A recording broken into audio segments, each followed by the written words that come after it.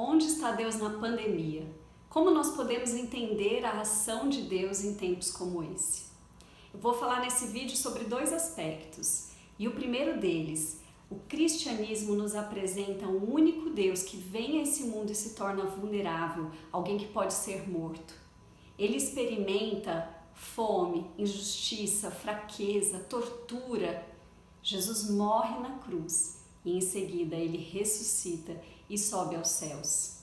E aí, quando Saulo estava indo no caminho de Damasco, Jesus fala assim com ele: Saulo, Saulo, por que você me persegue? Naquele momento, Saulo poderia ter perguntado assim: mas de que forma eu estou te perseguindo? Eu estou perseguindo os cristãos e você está no céu.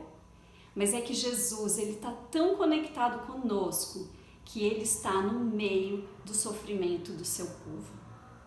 Onde Deus está? Essa é a pergunta que não quer calar. Ele está exatamente aqui. E aí vem uma segunda pergunta. Por que ele deixa isso acontecer, então?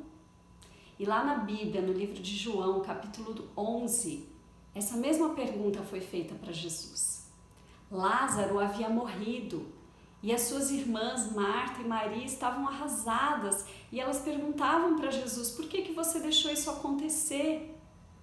Naquele momento, Jesus não dá uma explicação, mas ele ora, ele chora, ele está junto, ele sofre e ele se sacrifica. Jesus sabia que era impossível ele tirar Lázaro do túmulo sem ele mesmo se colocar no túmulo. Ele sabia que quando ele fizesse esse milagre máximo da ressurreição de um morto, os fariseus decidiriam matá-lo. Mas mesmo assim, Jesus faz isso e ele ressuscita Lázaro. E é exatamente isso que nós cristãos precisamos fazer. Nós precisamos orar, chorar, estar junto e se sacrificar por aquelas pessoas que estão sofrendo neste momento. O segundo aspecto, uma outra maneira como que Jesus responde a essas perguntas sobre os desastres. Esse outro aspecto, ele está citado aqui nesse livro, Coronavírus e Cristo, do John Piper, que é muito bom, eu recomendo muito.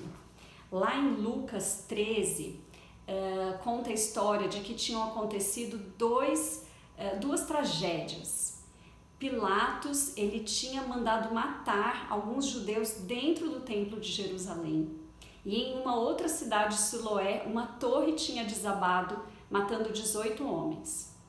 E aí a multidão estava assim agitada e perguntando para Jesus qual que é o significado disso, por que esses homens morreram, será que isso foi um ato de julgamento de Deus a pecados específicos que esses homens tinham cometido? E aí Jesus dá uma resposta muito interessante. Ele fala assim: vocês pensam que esses homens eram pecadores piores do que os outros judeus por isso ter acontecido a eles? Não, não eram. Mas vocês também morrerão se não se arrependerem. E ali Jesus não estava falando sobre a morte física, mas a morte espiritual, a separação de Deus. Jesus estava mostrando que o significado daqueles desastres que tinham acontecido eram para todos. Deus sempre tem uma mensagem misericordiosa em todos esses desastres. E a mensagem é que nós somos pecadores, destinados à destruição. E os desastres são uma convocação graciosa de Deus com a seguinte mensagem: a gente deve se arrepender para que nós possamos ser salvos enquanto há tempo. E a razão pela qual nós merecemos perecer não é porque nós quebramos uma série de regras, mas é porque nós desprezamos um valor infinito. O valor infinito do que Deus é para nós por meio de Jesus Cristo. Uma das coisas que Deus está nos mostrando dolorosamente é que nenhuma segurança e satisfação que há no mundo pode superar aquilo que nós temos em Jesus. Deus está dizendo: arrependa-se e realinhe a sua vida ao valor infinito que é Jesus. Então, lembre-se desses dois aspectos. Como cristão, esteja presente junto às pessoas que sofrem, não necessariamente trazendo respostas, mas trazendo uma mensagem de esperança, de que todo aquele que crê em Jesus e o recebe como Senhor e Salvador, um dia toda dor e todo sofrimento findará quando Jesus vier para nos buscar. E em segundo lugar, examine o seu coração.